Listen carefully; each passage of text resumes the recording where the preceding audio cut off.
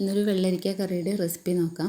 വെള്ളരിക്ക, മുരിങ്ങക്കോൽ, മാങ്ങ എന്നിവ ചേർത്തിട്ടുള്ള കറിയാണ്. വെള്ളരിക്ക ചതുര കഷ്ണങ്ങളായി അരിഞ്ഞ് വെള്ളവും ചേർത്ത് വേകാൻ വയ്ക്കുക.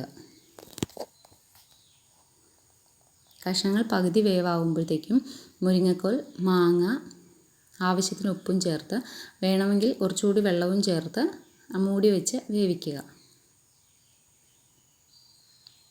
ഈ സമയം കൊണ്ട് അരപ്പ് തയ്യാറാക്കാം. മിക്സിയുടെ ജാറിലേക്ക് 2 കപ്പ് തേങ്ങയും 2 ടീസ്പൂൺ മുളക് പൊടിയും 1/2 ടീസ്പൂൺ മഞ്ഞൾപ്പൊടിയും ചേർത്ത് മയത്തിൽ അരച്ചെടുക്കുക.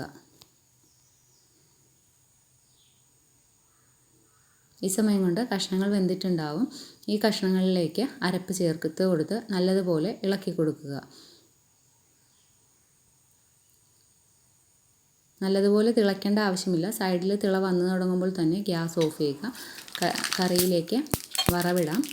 കടുക്, ഉഴുന്നുപരിപ്പ്, കറിവേപ്പില ഇത്രയും ചേർത്ത് താളിച്ച് കറിയിലേക്ക് ചേർക്കാവുന്നതാണ്.